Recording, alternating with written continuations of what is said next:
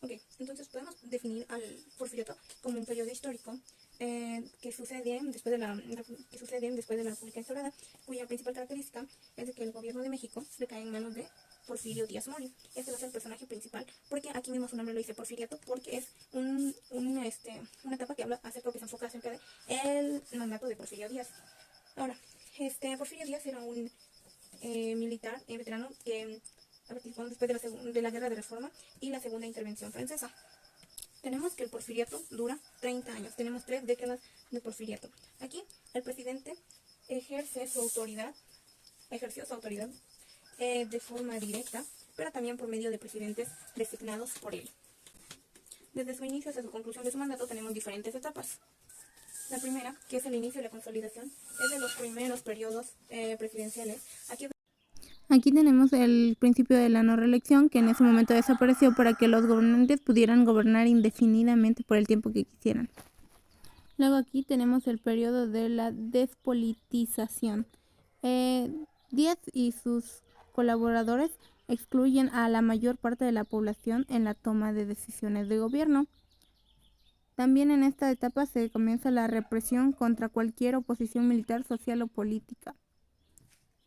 En la tercera etapa tenemos el crecimiento económico, que aquí es donde se modernizan la industria minera, la agricultura y el comercio. También tenemos que empiezan las nuevas instituciones bancarias, también inversiones extranjeras para proyectos de infraestructura como líneas telefónicas y líneas ferroviarias. A pesar de los logros que se obtuvieron durante todo su mandato, Porfirio Díaz y su administración dieron pie al empobrecimiento de la mayor parte de la sociedad mexicana, que se quedaron o se vieron como una penosa servidumbre. En lo que eran las fábricas y latifundios, ahora eran de empresarios y hacendados, o sea, los que tenían pues todas las propiedades, ¿no? Y del mismo modo, su intención de perpetuarse en el poder llevó a una fuerte censura y represión hacia estas personas. Sobre estos grupos, que son grupos disidentes. En los últimos años de la dictadura, pues se alcanzaron niveles más grandes, o sea, niveles brutales. Finalizado su mandato previo, Benito Juárez se postuló y fue reelegido para un nuevo periodo presidencial, un periodo presidencial que iba de 1871 a 1875, acción con la que se ganó una enemistad con viejos aliados, o sea, antiguos aliados, que vieron esto como una violación al principio de la no reelección que estaba dicha o pesa en la Constitución de 1857. Entre pues estos descontentados, el que podemos reconocer aquí, el que más estaba, era Porfirio Díaz, que era pues uno de los que estaba pues en desacuerdo, ¿no?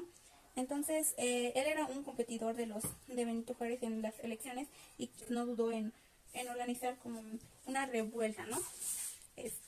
Porfirio Díaz organiza una revuelta bajo el plan de la Noria. Esto durante las elecciones presidenciales, y pese a contar con aliados pues simpatizantes, su revuelta bajo el plan de la Noria pues fue un fracaso, ¿no? Fracasó su plan.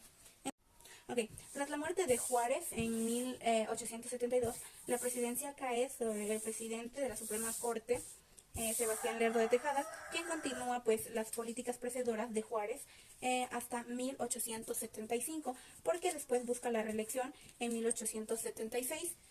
Y esto provocó pues algunos alzamientos por parte de desacuerdos, ¿no? Como dije, provocó alzamientos. Entre estos, otra vez tenemos a Porfirio Díaz.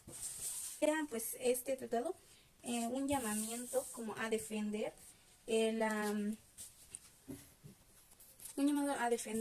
la no reelección y pues desconocer el nuevo triunfo electoral de Lerdo de Tejada, pero pues igual no le funcionó. Ahora, contrario a lo que ocurrió con Benito Juárez en 1871, el intento de reelección de Sebastián Lerdo de Tejada trajo pues más enemigos aún, ¿no? Entre ellos estaba la Iglesia Católica, que esta se enojaba con los políticos liberales, con los militares, con los gobernantes, que alineados con Porfirio Díaz, desataron una ola de guerrillas. Durante las nuevas insurrecciones, Sebastián Lerdo de Tejada pues renunció a la presidencia de México en 1876. Renunció a la presidencia de México y pues renunció y se fue de México en 1876. Ahora, el 21 de noviembre de este mismo año, Porfirio Díaz llega a la Ciudad de México. En 1876, Porfirio Díaz llega a la Ciudad de México, donde se elige presidente interno. Tras algunas negociaciones con miembros del Consejo,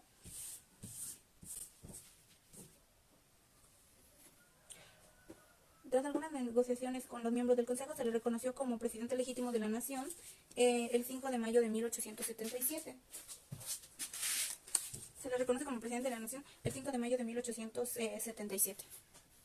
Ahora, su primer periodo presidencial daría inicio a una etapa de 3 décadas, o sea, de 30 años de mandato. Pues lo que hacía era que pues, renegaba o negaba los principios que eran antireeleccionistas para postularse y ganar la presidencia continuamente. Esto no estaba permitido, pero cuando empezó su mandato se desapareció el principio de la no reelección.